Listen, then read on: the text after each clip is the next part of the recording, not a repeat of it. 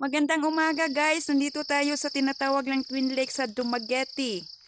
Ah, ano ito, nandito yung bulkang Talines, right? Tapos ano guys, napaka dulas, slippery yung daan. So yung kaibigan ko nahihirapan kasi nakasandal siya. So yun, tingnan mo, nahirapan siyang maglakad. Ako kasi naka-chinilas lang. So yun, Paradise, maganda daw doon. So, dandahan lang tayo guys ha, napaglakad kasi baka madulas ako, hindi na ako makauwi. Yan, gubatan ito. Itong sa gilid, gubat talaga. Malaking gubat. Yeah. Ano talaga, pinoprotektahan daw ito ng ating pamalaan. Kasi, parang eco-park. Eco-park yata ang tawag na dito. Yan, okay. Yan. Dito. So, dandahan lang tayo guys para ma-appreciate natin yung lugar. Yeah, so, kahit sabi ng kasama ko, hindi daw niya makakalimutan kasi mahirap ang daan. Madulas kasi umaga pa ngayon, walang tao guys. Medyo napaka payapa, napakatahimik ang lugar. Kasi walang ngayon, walang mga tao kasi maaga pa kasi eh. Maaga talaga kami ngayon kasi marami pa tayong pupuntahan sa totoo lang.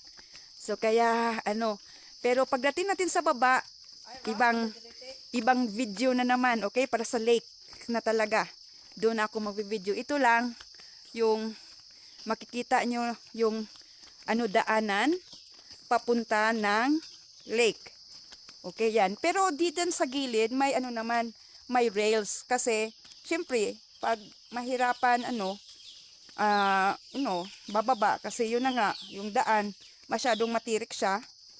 Okay, so at least, may hawakan ka na rails.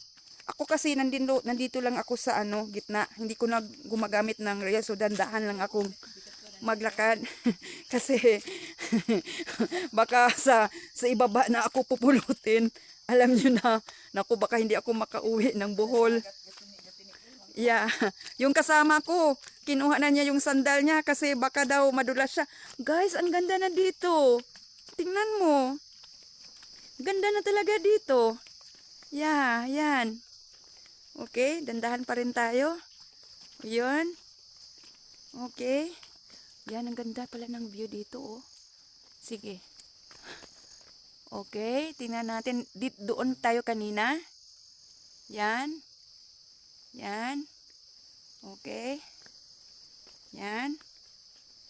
O yan. Sabi ko nga sa inyo mga may mga malapit sa bulkan. So may mga volcanic rocks. Yan. Malaking bato. Yan talaga. Malaki na siya. Tumutubo. Okay, lumalaki.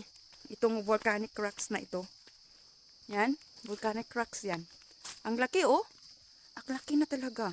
Siguro matagal na itong rock na ito. Itong bato na ito. Okay, tingnan nyo yung buong tanawin.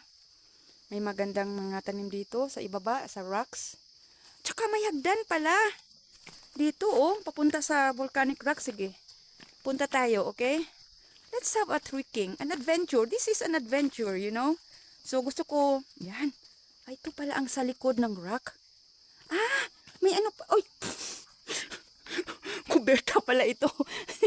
Okay, yung bato, ginagawa nilang kubeta. Ibig sabihin, talagang nagpupurma sila ng kubeta. Ah, ito pala yung ibang daanan papunta dito. Pero hindi na tayo pupunta dyan, guys, ha? Kasi, medyo babalik na tayo sa ibang, daanan. So, at least nakita natin kung ano yung, itong malaking, volcanic rock na ito. Okay, so, bababa na tayo kasi, magbo-boating tayo sa Twin Lake. Talaga. So, yun ang gagawin natin dito. Hindi na masyadong, nakakatakot yung daan. Okay? So, pero syempre, may rails naman. So, syempre, dandahan pa rin. So, dandahan sa paglakad. Okay, ang daldal ko talaga. Kasi, gusto ko talaga maisip ninyo na alam nyo, kasama nyo ako. Magkasama tayo.